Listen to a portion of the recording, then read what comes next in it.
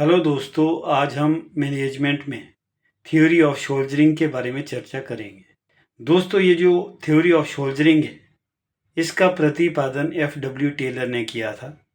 तो आइए देखते हैं आपकी थ्योरी ऑफ सोल्जरिंग क्या होता है।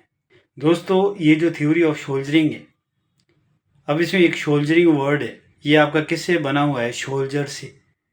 तो सोल्जर का मतलब आपका क्या है कि सोल्जर एक सैनिक होता है हमारा, जो कि आपका बॉर्डर पे लड़ाइयाँ लड़ता है। लेकिन किसी ऑर्गेनाइजेशन की अगर मैं बात करूं, अगर मैं किसी इंस्टीट्यूशन की बात करूं, तो वहाँ पे सोल्जर कौन होता है? उस ऑर्गेनाइजेशन या इंस्टीट्यूशन का कोई वर्कर होता है।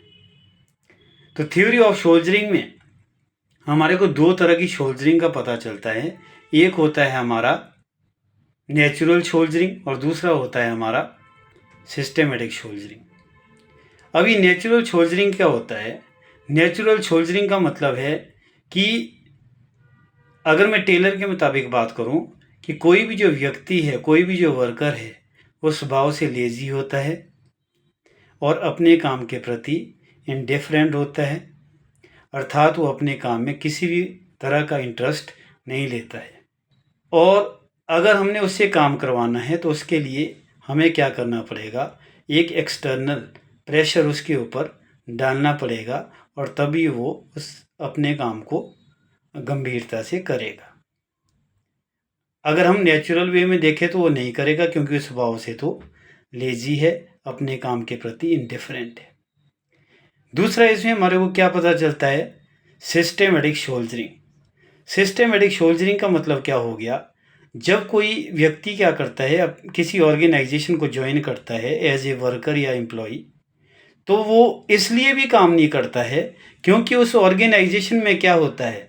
उस ऑर्गेनाइजेशन में एक तो आपका लैक ऑफ मोटिवेशन होती है। लैक ऑफ मोटिवेशन का मतलब ये है, आप काम कर रहे हैं लेकिन आपको वहाँ पे शाबाशी तो नहीं मिल रही है, बल्कि आपको वहाँ पे गालियाँ ही मिल रही है, तो वहाँ पे लैक ऑफ मोटिवेशन है। दूसरा वहाँ पे क्या होगा कि आपका रॉन्ग पॉलिसी ऑफ ऑर्गेनाइजेशन, वो भी एक कारण होता है। और तीसरा यहाँ पे जो कारण होता है आपका, वो होता है इनकॉम्पिटेंट मैनेजमेंट।